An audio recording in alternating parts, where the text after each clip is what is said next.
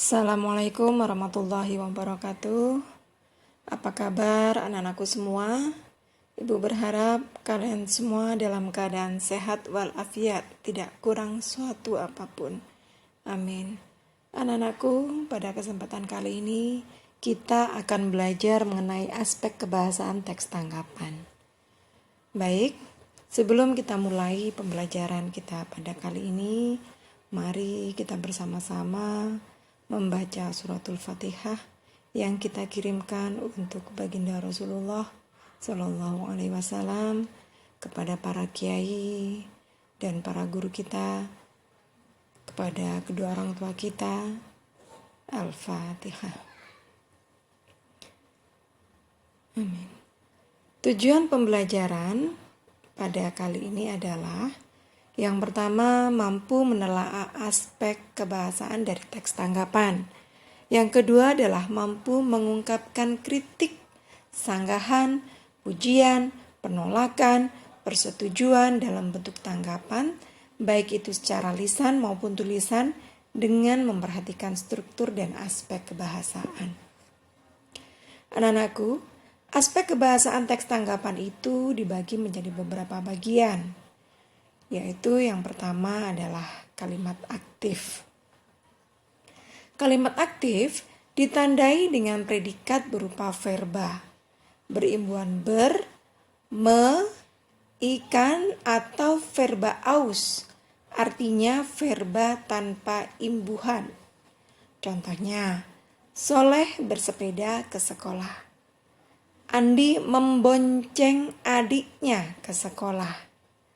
Dan yang ketiga, Ari jatuh. Nah, jatuh ini adalah salah satu contoh verba aus atau verba tanpa imbuhan. Baik, mari kita lanjut. Aspek kebahasaan teks tanggapan yang kedua adalah kata tugas. Kata tugas itu hanya memiliki arti gramatikal dan bukan berupa afiks.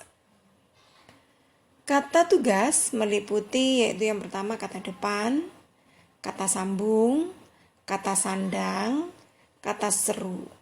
Yang pertama adalah kata depan. Kata depan ini dibagi menjadi beberapa bagian. Yang berfungsi pertama adalah sebagai penanda peruntukan. Contohnya bagi, untuk, buat, guna, gitu ya. Biasanya kalau di dalam penggunaan kalimat kata depan bagi misalnya bisa dicontohkan dengan begini: bagi yang belum mengumpulkan tugas silakan segera dikumpulkan, dan lain sebagainya. Itu salah satu contohnya. Kemudian yang kedua adalah penanda asal. Contohnya dari, ia berasal dari Bondowoso misalnya. Kemudian yang ketiga adalah penanda keberadaan. Contohnya di, saya ada di kamar. Yang keempat adalah penanda arah menuju, contohnya ke, kepada, terhadap, gitu ya. Nah, ini adalah contoh penanda arah menuju. Kemudian berikutnya adalah penanda cara, contohnya dengan. Ibu makan mie dengan garpu misalnya. Nah, kemudian yang berikutnya kata depan sebagai penanda ihwal. Contohnya yaitu kata tentang. Kemudian berikutnya adalah kata depan dengan penanda pelaku. Contohnya oleh. Ya. Berikutnya yang terakhir adalah penanda perbandingan dengan contoh daripada dan bagai. Ibu rasa kalian bisa untuk mencontohkan sendiri ya. Sangat sederhana ini. Berikutnya, kata tugas yang kedua adalah kata penghubung. Kata penghubung ini memiliki beberapa fungsi juga, yaitu ada kata penghubung penanda hubungan penambahan. Contohnya dan, serta gitu ya. Saya dan adik sedang belajar matematika misalnya. Penanda hubungan pemilihan, contohnya atau. Silahkan memilih aku atau dia, misalnya seperti itu. Kemudian yang berikutnya adalah penanda hubungan perlawanan, contohnya tetapi, melainkan, Oke, contohnya sangat mudah ya. Ibu yakin kalian bisa memberikan contoh sendiri. Berikutnya yaitu berfungsi sebagai penanda hubungan waktu. Contohnya sesudah, sebelum, ketika, ia datang ketika hujan sangat deras. Nah, begitu contohnya. Kemudian yang kelima adalah penanda hubungan syarat. Contohnya jika, bila. Ya, ini adalah syarat. Kemudian berikutnya penanda hubungan pengandaian. Contohnya andaikan, umpamanya, dan lain sebagainya. Kemudian berikutnya yaitu berfungsi sebagai penanda hubungan tujuan. Contoh agar supaya. Belajarlah agar lulus ujian, misalnya begitu.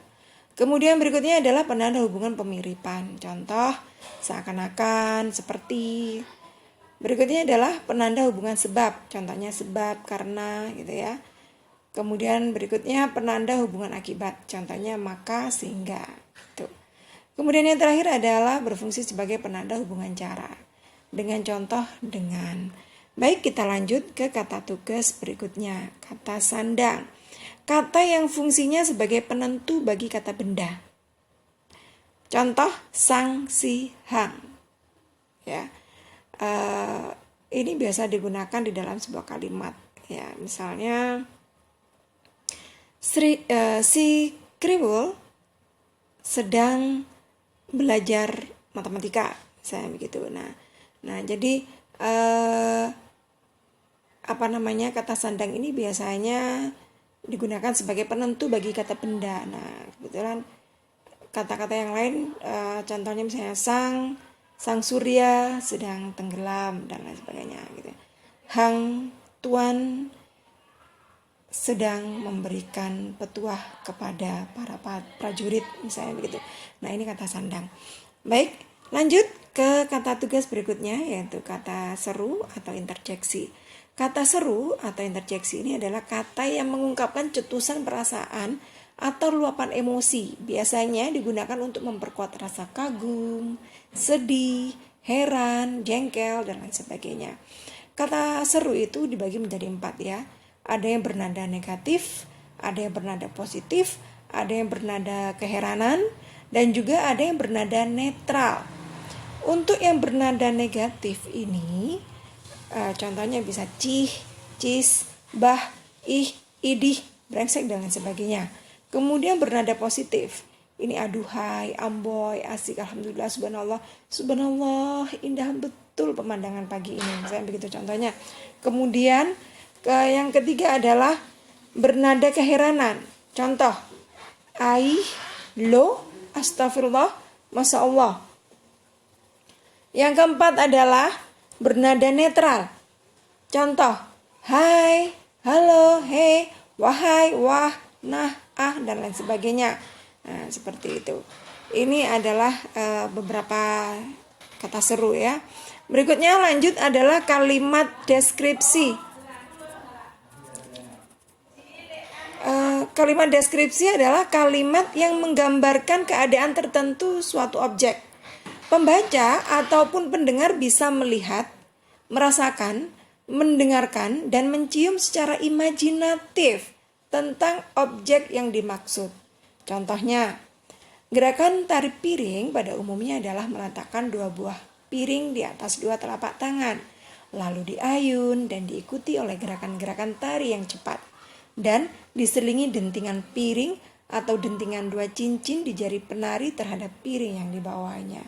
Ini ya, ini adalah salah satu contoh kalimat deskripsi ya. Oke, lanjut. Yang berikutnya adalah kalimat penilaian. Kalimat penilaian adalah kalimat yang berisi pernyataan penilaian berupa kritik atau pujian. Yang pertama adalah kalimat kritik berupa pernyataan ketidaksetujuan, dan yang kedua adalah kalimat pujian berupa pernyataan persetujuan. Ini baiklah, kita akan lanjut membahas mengenai jenis-jenis kalimat tanggapan. Jenis-jenis kalimat tanggapan ini ada 5, yaitu yang pertama adalah kritik, kemudian pujian, sanggahan, persetujuan, dan penolakan. Kalimat kritik adalah suatu pernyataan, kecaman atau tanggapan yang sering diuraikan dengan uraian dan pertimbangan baik dan buruknya suatu kebijakan, karya, pendapat, atau penampilan seseorang. Contoh, orang tua hendaknya jangan melepas begitu saja anak-anak mereka. Orang tua harus mendampingi putra-putrinya dalam menonton acara televisi. Saat ini, banyak tayangan televisi yang tidak patut ditonton, apalagi dicontoh oleh generasi muda. Berikutnya, yaitu pujian. Adalah suatu pernyataan pengakuan dan penghargaan yang diutarakan suatu kebaikan atau keunggulan atau hasil yang spektakuler terhadap sesuatu. Contohnya, kami bangga padamu. Meskipun memiliki keterbatasan ekonomi, kamu berhasil lulus dengan predikat baik. Kamu contoh perjuangan anak bangsa. Jika kita berusaha, semuanya bisa dicapai. Berikutnya adalah kalimat sanggahan. Kalimat sanggahan adalah suatu pengungkapan ketidaksetujuan terhadap suatu masalah atau pembicaraan. Contoh, pada dasarnya saya setuju dengan pendapat saudara. Lebih bijaksana jika kenaikan harga BBM ditunda terlebih dahulu hingga ditemukan waktu yang pas untuk menaikkan harganya. Baik, kita lanjut ke jenis kalimat penolakan. Tanggapan berupa penolakan adalah suatu pernyataan yang menunjukkan tidak setuju, kurang sependapat atau membantah dalam suatu hal. Contoh, saya kurang sependapat dengan yang Anda sampaikan karena wirausaha memerlukan modal, bukan hanya kemauan. Lanjut, berikutnya adalah kalimat tanggapan berupa persetujuan. Adalah suatu pernyataan yang menunjukkan kesetujuan dalam suatu hal. Contoh, saya sependapat bahwa motivasi berasal dari diri sendiri dan didukung oleh dorongan orang-orang sekitar. Baiklah anak-anakku, jika kalian masih menemukan ketidakpahaman, silahkan kalian japri. Kita lanjut di pertemuan berikutnya. Baiklah, sekian pembelajaran daring mengenai teks tanggapan.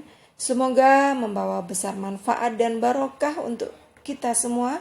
Amin, amin ya mujibas sailin. Wassalamualaikum warahmatullahi wabarakatuh.